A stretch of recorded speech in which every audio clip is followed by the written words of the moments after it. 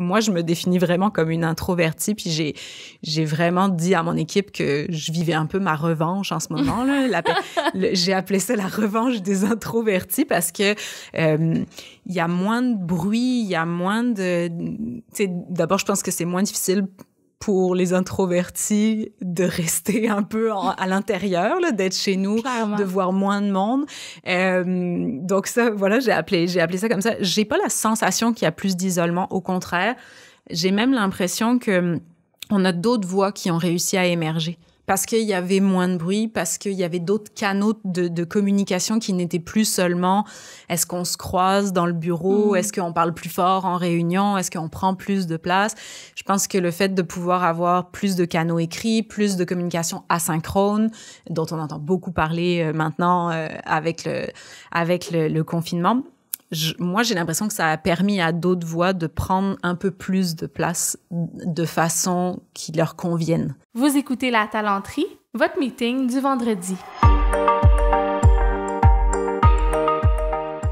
Bon vendredi, bienvenue à ce nouvel épisode du podcast La Talenterie où on parle d'innovation sociale, d'entrepreneuriat et du monde du travail. Cette semaine, un épisode qui va être axé un peu plus sur le côté monde du travail parce qu'on reçoit Claire Gaillard, qui est gestionnaire aux communications internes, événements et impact social chez Gsoft. Ensemble, on s'est mis à parler d'impact social, mais à travers les yeux du département de la communication interne. Donc, un échange vraiment intéressant. C'est pas encore habituel de voir des rôles qui combinent les communications internes, l'impact social, quoique Claire me disait que c'est de plus en plus fréquent. Bref, je pense que c'est un épisode qui va amener des réflexions nouvelles certainement. Juste avant de plonger dans le cœur de la discussion, je voulais prendre la peine de remercier les gens qui m'écrivent via LinkedIn ou sur la page Facebook de La Talenterie pour me donner des commentaires. Merci en particulier à Mélissa, Joël et Anne pour vos messages de cette semaine. On fait le podcast parce qu'on aime ça, mais c'est sûr que ça représente quand même beaucoup de travail pour Charles Thompson-Leduc, le réalisateur, et moi. Donc, ça nous fait vraiment chaud au cœur de savoir que vous appréciez les contenus. Ceci étant dit, on rentre maintenant dans le vif du sujet avec un épisode qui est concis, complet et pertinent, à l'image de mon invitée, Claire Gaillard, de chez Gsoft.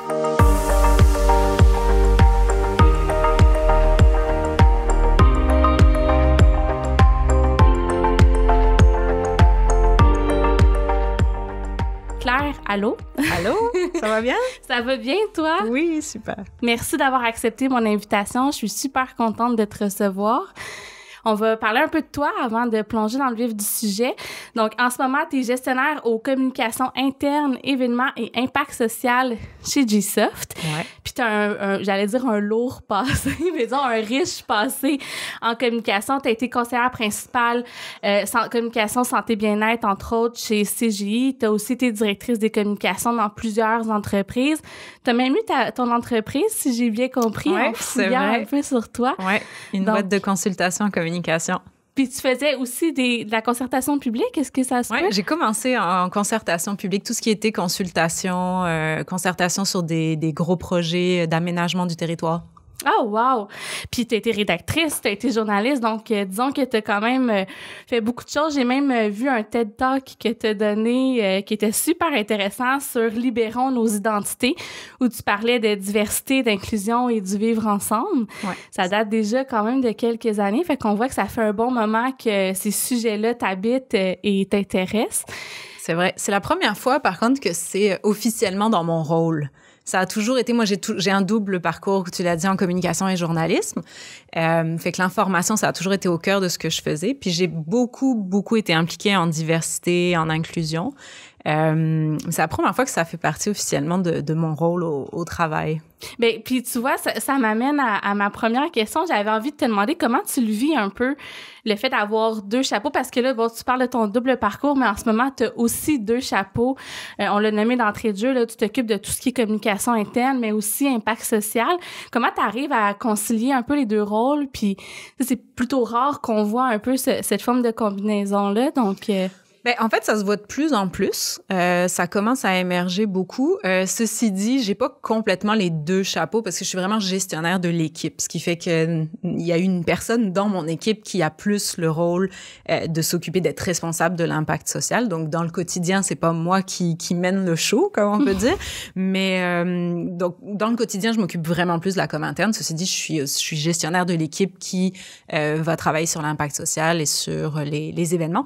Et donc, oui, ça se voit de plus en plus ce merge en bon français de ces rôles-là, particulièrement de la com interne et de l'impact, parce que c'est deux rôles qui font un peu le lien, qui sont un peu trait d'union entre l'interne et l'externe. C'est deux rôles aussi qui sont un peu transversaux sur l'ensemble de l'expérience des employés, mais en fait transversaux dans l'organisation en tant que telle. L'impact social, par exemple, on a évidemment l'impact auquel on pense sur les communautés, sur les dons, les commandites qu'on fait, le développement durable, mais il y a aussi tout ce qui est impact social interne. Comment est-ce qu'on prend soin de nos employés? Comment est-ce qu'on prend soin des gens? Et puis, qu'est-ce que c'est la cohérence entre ce qu'on affiche à l'externe, qui est bien sûr important, mais surtout ce qu'on vit en interne? Quand l'expérience en interne, elle est réelle, elle est authentique, que nos employés sont bien, qu'on fait sentir que tout le monde a sa place, quelle que soit sa diversité ou son identité, moi je préfère dire, ben là, c'est des multiplicateurs sur ce qu'on montre à l'externe, sur la vitrine qu'on a. Notre vitrine, à ce moment-là, elle est complètement authentique. Puis c'est intéressant que tu me parles de ça parce que ça rejoint tellement de choses dont on parle souvent en ressources humaines. Tu sais, les RH souvent se mettent ça sur leurs épaules, puis à raison, parce que les pratiques RH sont aussi une façon de démontrer là, qu'on est capable, en fait, de faire le pont avec la culture d'entreprise, puis tout ça. Mais je trouve ça intéressant aussi de nommer que au niveau des communications internes, il y a des choses à faire ou, tu sais, il y a un appui qui peut être donné, disons, par des personnes qui ont ton expertise. Est-ce que tu peux nous parler d'un exemple ou deux de choses avec lesquelles tu peux, je dirais, soutenir les RH ou l'organisation en général au niveau de l'impact à l'interne? Ben déjà, mon rôle fait partie de l'équipe RH. Nous, on appelle ça culture organisation chez GSoft, mais donc, on fait partie intégrante de l'équipe. Puis, comment est-ce qu'on accompagne? Ben de plein de façons. D'abord, ça fait que je fais partie des conversations RH, mais aussi c'est de créer des structures au niveau de la communication interne. D'abord, de façon à ce que les informations se rendent bien, parce que si les RH font plein de choses mais que personne n'est au courant, c'est comme si on n'avait jamais rien fait. Hein. Donc ça déjà... Et ça arrive. Et ça arrive. Donc ça, c'était déjà quelque chose à mettre en place. Et encore une fois, pour l'impact social, je pense particulièrement à la diversité et l'inclusion. C'est juste de commencer chez nous. GSoft, on travaille sur le futur du travail. On crée des logiciels qui viennent optimiser le potentiel ou nourrir le potentiel des organisations. Et on travaille sur le futur du travail, donc ça commence chez nous de mettre ça en place. Donc je crois que c'est ça surtout le rôle premier, ou en tout cas comment je le vois dans un premier temps. Puis tu vois, ça me fait penser à des conversations qu'on a déjà eues, toi et moi, dans le passé. Dans le fond, vous étiez déjà sensible à créer ce genre d'espace-là dont tu parles, où tout le monde peut avoir sa place, peu importe son identité. Vous créez des espaces d'échange, vous essayez d'être inclusif le plus possible. Par exemple, je me souviens qu'on a eu des conversations sur l'importance de faire de la place aux gens qui avaient des profils un peu plus introvertis. On en a parlé beaucoup. Souvent, les personnes qui sont extroverties, c'est plus facile de faire sa place dans un groupe. Est-ce que tu as l'impression qu'avec la nouvelle réalité du télétravail, ça a comme un peu exacerbé ces différences-là? Est-ce que tu as l'impression que les profils plus introvertis s'isolent encore plus qu'avant? Ça, oui, une bonne question, parce qu'effectivement, chez nous, c'était un gros sujet, là, la différence entre les introvertis et les extravertis. On est une organisation très relationnelle, donc historiquement, on va pas se le cacher, les extravertis avaient quand même la part belle, et donc on a une vraie sensibilité à essayer de faire la différence. C'est dur, je trouve, de répondre à la question pour tout le monde, parce qu'on est quand même presque 300 employés en ce moment tous à la maison depuis le mois de mars, donc c'est difficile de prendre le pouls de tout le monde individuellement. Ceci étant dit, moi, je me définis vraiment comme une introvertie, puis j'ai vraiment dit à mon équipe que je vivais un peu ma revanche en ce moment, là. J'ai appelé ça la revanche des introvertis, parce que il y a moins de bruit, il y a moins de... D'abord, je pense que c'est moins difficile pour les introvertis de rester un peu à l'intérieur, là, d'être chez nous, clairement, de voir moins de monde. Donc ça, voilà, j'ai appelé ça comme ça. J'ai pas la sensation qu'il y a plus d'isolement. Au contraire, j'ai même l'impression que on a d'autres voix qui ont réussi à émerger. Parce qu'il y avait moins de bruit, parce qu'il y avait d'autres canaux de communication qui n'étaient plus seulement est-ce qu'on se croise dans le bureau, est-ce qu'on parle plus fort en réunion, est-ce qu'on prend plus de place. Je pense que le fait de pouvoir avoir plus de canaux écrits, plus de communication asynchrone, dont on entend beaucoup parler maintenant avec le confinement, moi, j'ai l'impression que ça a permis à d'autres voix de prendre un peu plus de place de façon qui leur convienne. Mais bon, je peux pas parler pour tout le monde dans l'entreprise. Mais c'est intéressant ce que tu dis, parce que c'est vrai que souvent dans la réalité, quand on travaille, disons, dans un lieu physique puis on est en réunion, c'est un peu celui qui va parler le plus fort, qui va avoir le plus d'attention, même si on peut mettre des mécanismes en place. Puis je pense que vous le faisiez en fait, pour s'assurer qu'on consulte tout le monde, puis d'aller chercher les profils plus introvertis.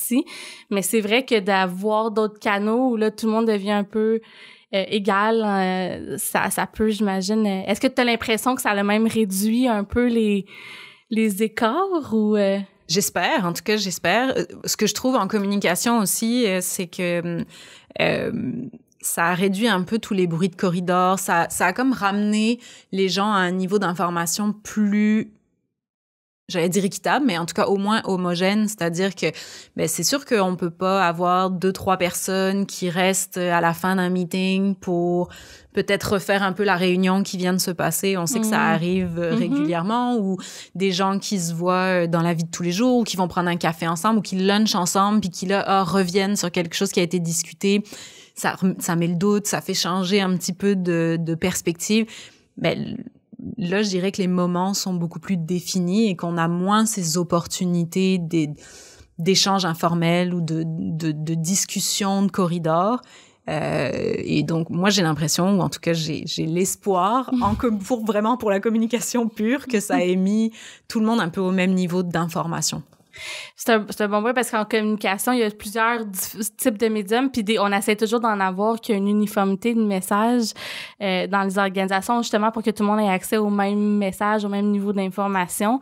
Puis c'est vrai ce que tu dis, que même si on en met en place, puis qu'on veut, souvent il y a quand même des contre-courants de médias ou de formats de communication qui viennent un peu ajouter de l'information qui, elle, n'est pas communiquée à tout le monde. Donc, oui, puis qu'on reçoit pas de la même façon. On parle de diversité, par exemple, pour faire le lien entre impact et communication, mais quelque chose que moi, je dis beaucoup, c'est que il y a plein de choses dans comment est-ce qu'on reçoit un message. On a beaucoup réduit la communication à un émetteur qui envoie un message à un récepteur.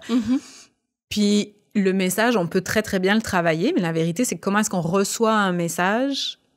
Enfin, l'interprétation d'un message, il dépend beaucoup de qui est le récepteur et de qui est l'émetteur.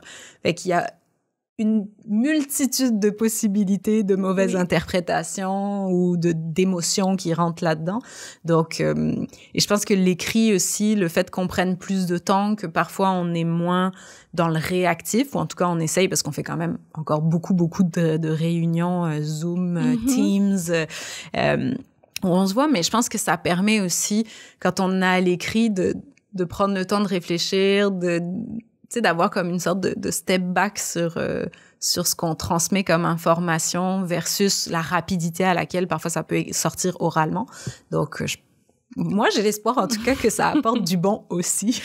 Clairement, tu sais, je pense que dans toutes les situations, il y a toujours du bon puis du moins bon qui ressort. Là, clairement, de la façon que t'en parles, moi, déjà, tu me fais penser à plein de points que j'avais peut-être pas vus. Tu sais, moi, tu vois, mon premier réflexe, c'est de dire, si on se voit moins, il y a moins, justement, cet échange d'idées ou ces réflexions spontanées ou ce côté créatif-là. Est-ce que c'est quelque chose qui est dans vos réflexion de vous assurer de garder quand même ces espaces plus spontanés de conversation? Ouais, absolument, mais je pense que oui, c'est absolument dans nos conversations. Je pense que c'est aussi dans la réflexion de beaucoup d'entreprises parce que je dis qu'il y a beaucoup de positifs, mais il y a aussi des craintes des gens, il y a aussi des manques qui se font sentir par rapport aux relations interpersonnelles, par rapport au fait de rester en contact. Sur la créativité aussi, la littérature en parle, hein, que c'est peut-être moins propice à. Donc, on réfléchit à différentes façons de l'alimenter ou de le repenser, particulièrement maintenant que l'organisation a pris la décision de passer digital first, de devenir une entreprise caractérisée par le travail distribué. Il y a plein de termes différents qui parlent de ces réalités-là. Et donc, pour nous, ça amène un défi de réellement repenser nos expériences, se réinventer. Pas seulement, je pense que ce que beaucoup d'entreprises ont fait, nous y compris au début, c'est-à-dire de rapidement s'ajuster et d'essayer de transposer du mieux qu'on pouvait ce qu'on connaissait dans la vie de tous les jours. Donc, se réunir en meeting, donc faire des brainstorming. Et donc, tout ça, on l'a transposé dans le virtuel. Mais maintenant, nos réflexions qu'on entame, là, et on prend quand même le temps de le faire, c'est comment est-ce qu'on se réinvente réellement et comment est-ce qu'on propose une expérience, des modes de collaboration, des modes de communication qui sont entièrement adapté à cette nouvelle réalité. Et puis ça m'a surpris un peu de voir que vous deveniez digital first parce que vous veniez tout juste d'aménager dans des nouveaux locaux qui étaient réellement pensés pour ça aussi, là, la cohésion des équipes. Il y avait des salles de brainstorm, tout ça. Donc qu'est-ce qui vous a amené à rapidement prendre la décision en fait de passer à un mode digital first parce que ça a été quand même une décision qui a été prise rapidement, entre guillemets, là, dans la pandémie? Qu'est-ce qui a amené à prendre la décision? Je pense que je suis peut-être pas la meilleure personne pour te répondre complètement. Je pense que ça a été une décision exécutive qui est venue, je pense aussi au regard de la transformation rapide qu'on a vue, puis qu'on a vu que c'était là pour rester, puis que ça faisait du sens avec le fait qu'on était donc une entreprise de logiciels, qu'on était une entreprise de technologie. Et encore une fois, il y avait une volonté d'être toujours, si on parle de futur au travail, on a particulièrement les mains dans le futur du travail. Mais voilà, encore, donc sur le pourquoi, je sais pas, mais c'est vrai qu'on était une organisation très relationnelle, puis ça, on veut le maintenir, on veut maintenir une culture forte et une identité forte. C'est pour ça qu'on veut repenser cette expérience-là complètement. Puis, on va garder nos bureaux. Ceci dit, on va peut-être pas les garder, c'est-à-dire que dans le fait de réinventer notre expérience, on va peut-être pas les garder de la même façon, on va peut-être pas tout garder, on va peut-être tout garder, on va repenser ça aussi, mais on va, pour l'instant en tout cas, garder des bureaux, garder des lieux physiques et voir comment est-ce que ces bureaux-là s'inscrivent dans une expérience digitale, dans une organisation numérique, finalement. Puis, tu vois, c'est intéressant parce que je sais que vous êtes quand même impliqués, tu sais, on en a parlé, là, ça fait partie aussi de ton rôle, on parle beaucoup des communications internes, mais dans ton équipe, disons, vous réfléchissez aussi à l'impact social, puis vous faites déjà plein de choses qui sont très, j'ai l'impression, présentielles. Tu sais, par exemple, vous êtes très engagé en ce moment dans la communauté de Pointe-Saint-Charles, où vos bureaux se trouvent. Vous êtes certifié B Corp. Bon, ça n'a pas tellement rapport avec l'espace, mais tu sais, je sais que tu me disais qu'à l'interne, votre engagement passait beaucoup par des initiatives qui étaient vraiment sur le lieu de travail, tu sais. Est-ce que tu peux me parler un peu de qu'est-ce que vous faisiez avant, de ce que vous allez maintenir peut-être aussi, sachant que vous allez garder vos bureaux, puis de comment ça, le fait de devenir digital first, ça fait évoluer un peu vos réflexions à ce niveau-là? Oui, absolument. C'est ça. Donc, on est certifié B Corp, ce qui est un petit peu le stem de notre impact, qui est un peu un stem qui vient valider que les organisations ont pas seulement un résultat financier, mais aussi un impact social, environnemental. Ça touche à beaucoup de choses, là, la gouvernance inclus, etc. Donc, qu'est-ce qu'on fait qui nous a qui nous a notamment permis d'avoir cette certification-là, c'est ça, il y a des choses sur la gouvernance, mais nous, on avait aussi beaucoup de points, ça marche par points, B Corp, sur tout ce qui était développement durable, parce qu'on compense nos émissions de gaz à effet de serre, parce que on a installé tout un système de tri et de compost à l'intérieur des bureaux, parce qu'on fait attention aux achats. Notre politique d'achat tient compte du fait d'acheter local, d'acheter sustainable, encore une fois en bon français, etc. De façon durable. Donc voilà. Donc il y a beaucoup de choses qui rentrent en compte, mais c'est vrai que nous, il y avait beaucoup de choses qui étaient physiques, comme justement tout ce qui est recyclage, etc.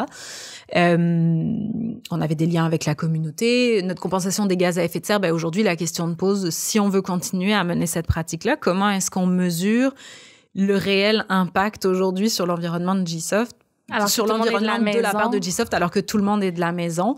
Donc, c'est tout ça qu'il faut qu'on revisite. Donc, il y a des choses qui restent vraies. Notre politique d'achat, elle est toujours réelle. Par exemple, on continue, même là, en digital.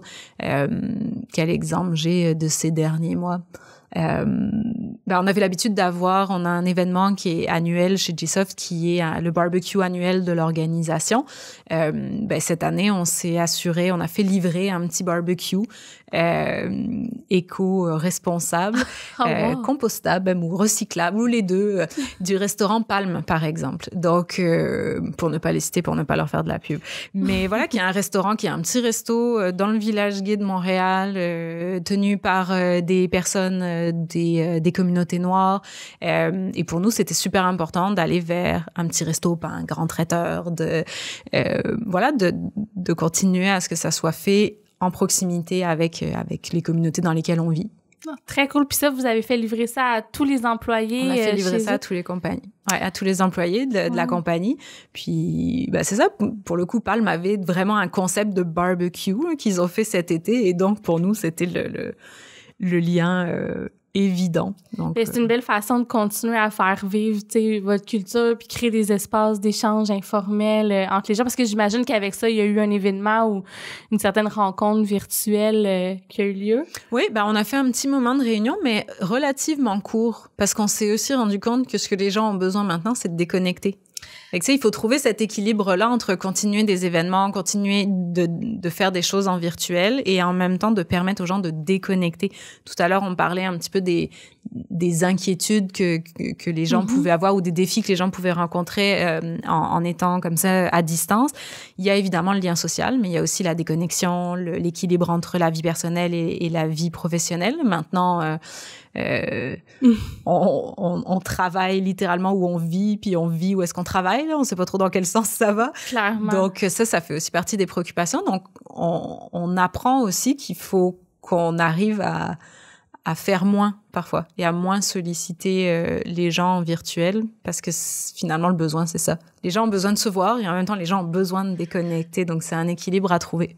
Clairement, puis on peut pas dire OK, on veut se voir, mais autrement. Là, à un moment donné, c'est difficile de faire autre chose que d'être en virtuel quand on peut pas se voir en présentiel. Cet été, c'était plus facile. Il faisait chaud des fois à distance. Il y a certaines plus petites organisations qui pouvaient dire on se fait un pique-nique dans un parc puis on est tous loin. Mais j'imagine que vous, au nombre d'employés que vous êtes, c'était pas une possibilité nécessairement. C'était pas une possibilité et c'était pas une volonté. GSoft s'est assez rapidement positionné sur le fait qu'on allait, parce qu'on avait la possibilité d'être vraiment 100% numérique sans que ça affecte nos activités. On a aussi fait le choix de ne pas encourager les rassemblements en personne de façon à faire notre part autant qu'on pouvait. Ce qui fait que c'est vraiment un point intéressant que tu soulèves, parce que maintenant qu'on sait qu'on est digital first, quand je parle de repenser notre expérience, en ce moment, on est en train de la repenser à deux niveaux. C'est à quoi ressemble une expérience digital first en période COVID, en période où, dans la société aussi, là, on est potentiellement chez nous, on est potentiellement limité, potentiellement confiné. Et à quoi ça va ressembler sur le long terme, cette expérience digital first, où là, on peut potentiellement se permettre de repenser comment est-ce qu'on crée du lien entre les gens aussi. De ce que je comprends, dans le fond, c'est que le fait de se réinventer en ce moment, vous êtes en train justement de repenser plein de choses au niveau de votre impact social, vos communications internes, vos façons de travailler entre vous. Ce serait intéressant de vous suivre puis de voir un peu comment vous allez évoluer là-dedans, parce que je pense que vous êtes déjà une entreprise qui est très regardée puis qui est un pionnier en matière de culture puis de plein d'affaires pour vos décisions d'affaires aussi qui ont... vous avez beaucoup de succès, vous avez eu une croissance rapide. Fait que ça va être intéressant de voir là comment vous allez évoluer. Ça m'amène justement à te demander, dans une entreprise comme G-Soft, tu sais, vous avez justement connu une croissance quand même rapide. C'est impressionnant de voir le succès. Puis là, vous êtes rendu à, tu l'as dit tantôt, combien d'employés? Presque 300, on doit être 270. Quand même. Quand même.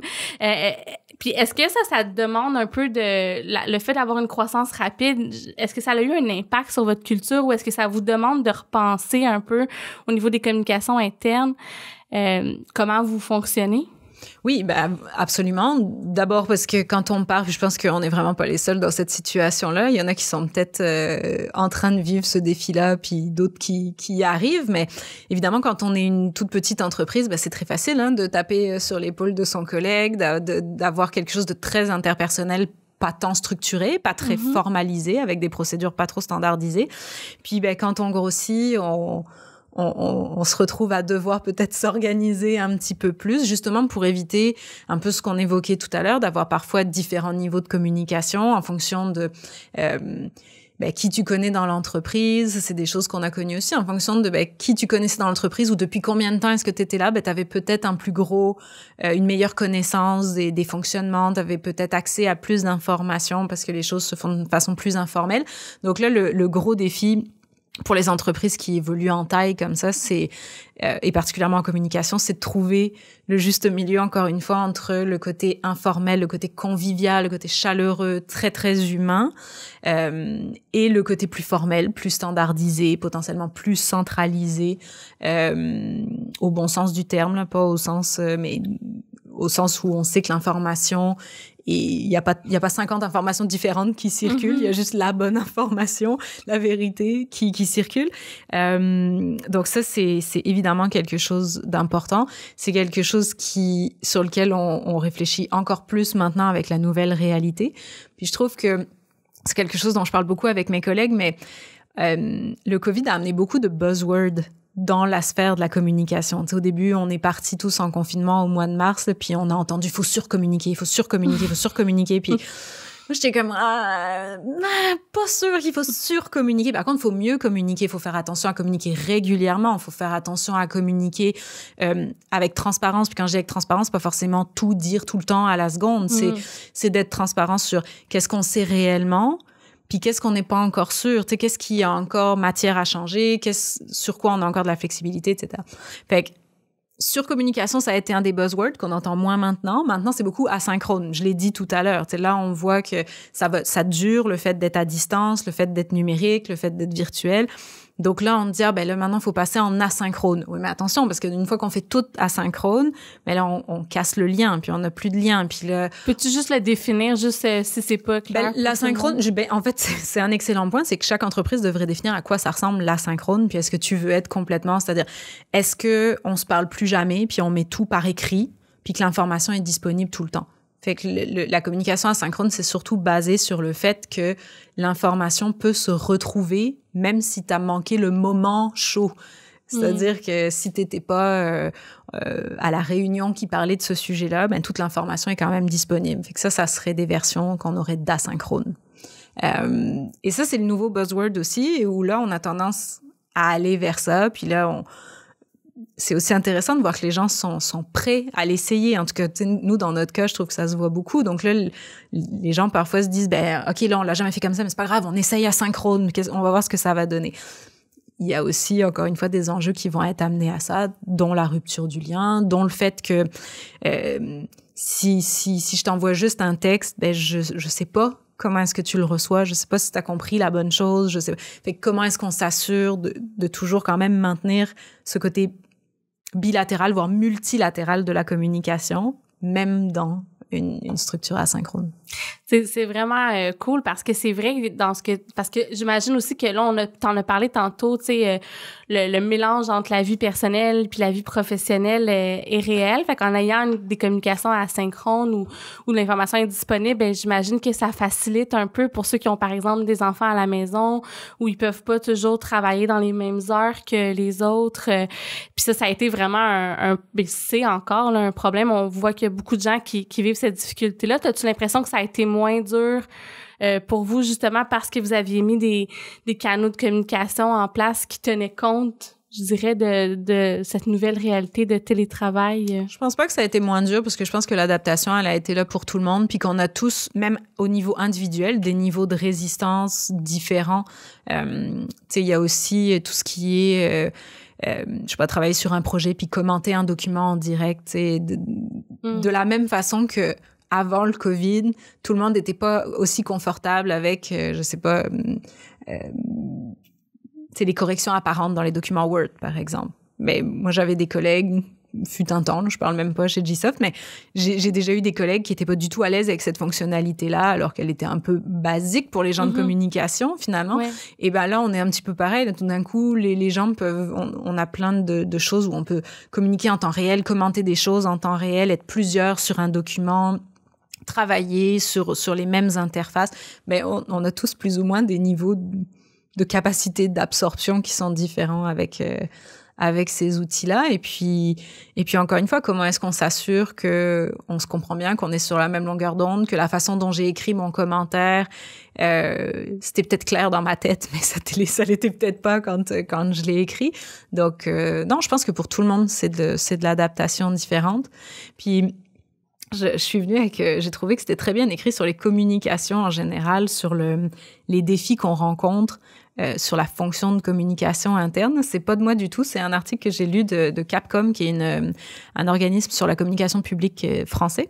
Et il disait que le défi pour la suite des communications internes, c'était de fédérer sans réunir, de créer de la convivialité sans festivité, de mobiliser sur des actions qui sont incertaines, de faire collaborer sans mixer les équipes et de donner du sens et de rassurer dans l'incertitude.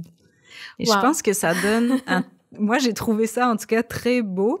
Je le vois pas que dans le défi, je le vois aussi dans l'opportunité, mais j'ai trouvé que c'était une super belle façon de résumer les défis qui nous attendent et les contraintes qui vont nous encourager, encore une fois, à se réinventer, puis à prendre d'autres places, à utiliser d'autres supports, à innover, justement. Puis clairement, tu sais, pendant la pandémie, de façon assurée, le rôle des communications internes, tu t'en as parlé depuis le début, a beaucoup changé. Penses-tu que la fonction comme telle est appelée à évoluer, disons, dans le futur, là, tu sais, si on se projette, mettons, même une fois que la pandémie sera terminée?